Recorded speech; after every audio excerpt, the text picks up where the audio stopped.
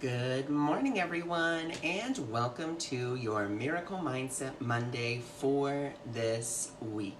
So remember, with the Miracle Mindset Monday, this is just a generalized reading for the week. There are no personalized readings. If you would like your own personalized Miracle Mindset Monday sent to your inbox every Sunday night for Monday morning, then please feel free to visit my website, awakeningmiracles.org. And you can look at the book online section and look exactly what a Miracle Mindset prescription is all about. So for this week, we have several different decks that I have been drawn to. Now, interestingly enough, the two that first popped into my head were the Art Through the Eyes of the Soul Oracle, which is one I don't normally use, and also the Gateway Oracle. Now, what's really interesting about these, I asked, because for me, I noticed that both of these were kind of like a turquoise blue. So I kind of asked, I said, Spirit, why is it that I'm using these blue decks? Why is that color significant? And Spirit said, because, we really want to bring forth the truth.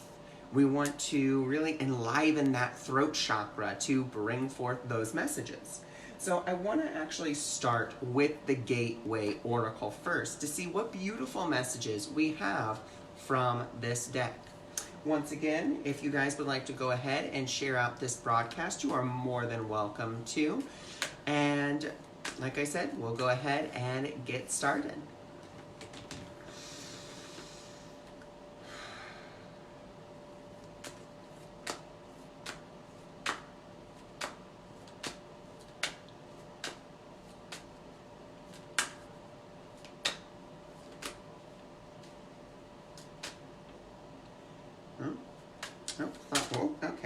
Okay.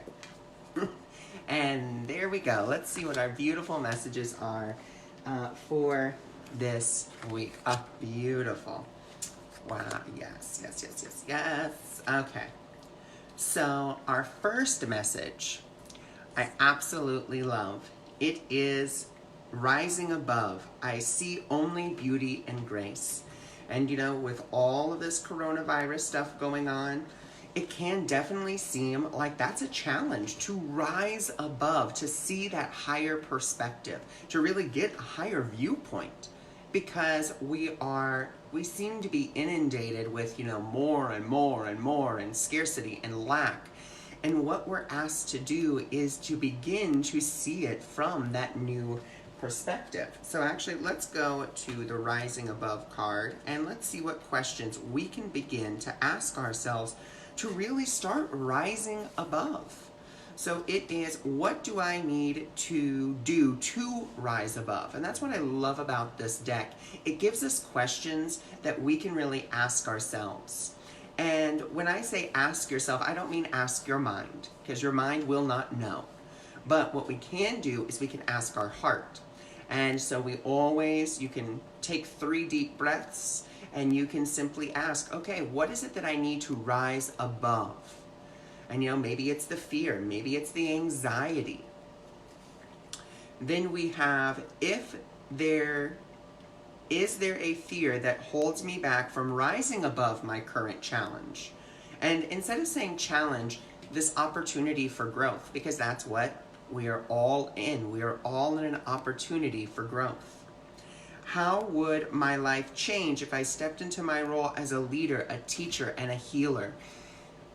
We all need to step up, including myself. All of us need to continue to spread that light, share that light more and more and more to the best of our ability. And I know right now it probably doesn't seem like the easiest thing to do, but that is what we're being asked to do. Which then leads us to our next message. I unfurl my wings and I fly, flying free. And this is really talking about that freedom. You have the freedom of choice. You have the ability to choose. I will feed into my fears. I will feed into fear, or I will feed into love. And feeding into love doesn't mean that you don't look at the situation. It doesn't mean that you don't be prepared or come into awareness. All it means is that you are willing to see it differently. So let's see what what questions we can ask ourselves for flying free. Let's see. So these are all in alphabetical order, so you're going to have to give me just a hot second here. All right, so here we go, our first question. And remember, we're asking our hearts. We're not asking our heads, we're asking our hearts. Am I truly on the pathway to greater freedom? How can I free myself from my limiting beliefs and habits? Is it possible that I need to free myself from something or someone? How might this card represent my soul's cry for freedom?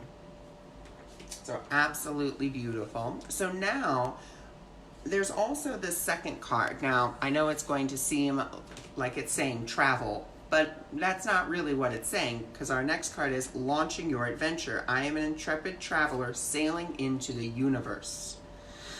And so with this card, this isn't really talking about traveling anywhere, but it's really about coming in, launching into this new adventure of coming within. We're in a quarantine, you know, or maybe you're not in a quarantine, but you have the ability to, you know, there's not as many people out there. And so this is really asking us to come within. It's what it's an invitation for. You can use this quarantine as an invitation to really get more in touch with yourself, with your inner being, where all the answers lie. It's also a wonderful opportunity to simplify your life. Simplify not only your physical space, but also your inner space as well. Clearing out those old emotions, clearing out that stuff that no longer serves. So we use this as an opportunity for growth instead of as an opportunity for, you know, anything else. So then let's go to the art through the eyes of the soul and see what beautiful messages we have from there.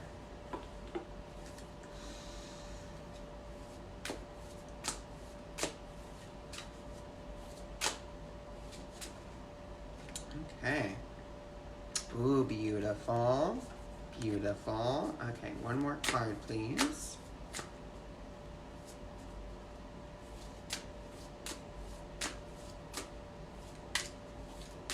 Okay, so let's see what we got here.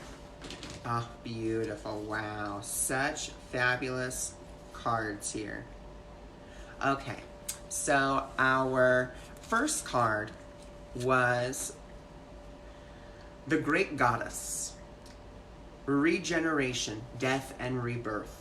Okay, so once again, it's about that process of letting old things die so that birth can come in, so that we can begin to start anew. Here's the beauty that a lot of people don't know about. The beauty is you have the ability to choose at any given time to bless your mess and begin again. That's what you have the opportunity to do in this moment. So as we go through, you know, this cycle of death and rebirth, we have the ability, we're always going through the cycle of death and rebirth. We're always having the ability to choose to start again, to begin again. And all that really means is that you're choosing, saying, okay, this is what I chose before. I chose fear, I chose anxiety. You know what? I've chosen those. I've seen the pathway that it leads me down. I don't really like it. Let me go ahead, honor that. I went down that path. I don't want it anymore. So now let me instead go down this other pathway. Let me go down the pathway of love and joy. Let me begin to plant the seeds for that new template, which simply means planting the seeds for a new template. All it really means is that you are planting those seeds of a new consciousness. And it's not really new. It's more like you're pulling out the weeds of the old consciousness of fear, anxiety, and worry, and you instead are now tending to your garden. Okay, that's how we can really see this. You're tending to your garden. Before, you weren't really tending to it. Before, you were just kind of like, meh, whatever. I'm going to let whatever weeds grow. Now you're saying, you know what? I want to be a little bit more dedicated to my garden and to the beautiful flowers that are going to grow there, because we can choose to either have a garden full of weeds or a garden full of flowers, and it's always our choice. We are the gardener. So this means really planting those seeds for those higher perspectives. And then our next card is having that hope for future energies, or new energies are coming in, and it's represented by these children. But really, this is an opportunity, like I said, you get to grow your garden. You get to choose the energy in which you play in which you partake in. You get to do that. No one else can do it for you. You have the power of decision. There's a beautiful Course in Miracles lesson that actually says the power of decision is your own. Not even God itself can make a decision for you. Your guides can't make a decision for you. All they can do is advise you and say, hey, this is going to be the best course of action in this now moment. And when it says, hope for the future, it doesn't mean putting your happiness out until, I can't wait till the quarantine's over, or anything like that. It's really about coming into divine expectancy. Now, there's a big difference. There's expectation, which is, this is the way I want it to be. And then expectancy, which is, I just know wonderful things are going to happen. I don't know what those wonderful things are yet, but I know that they're going to happen. So our last deck then is going to be the Frequency Tarot. And let's just see what other beautiful messages that we have for this week.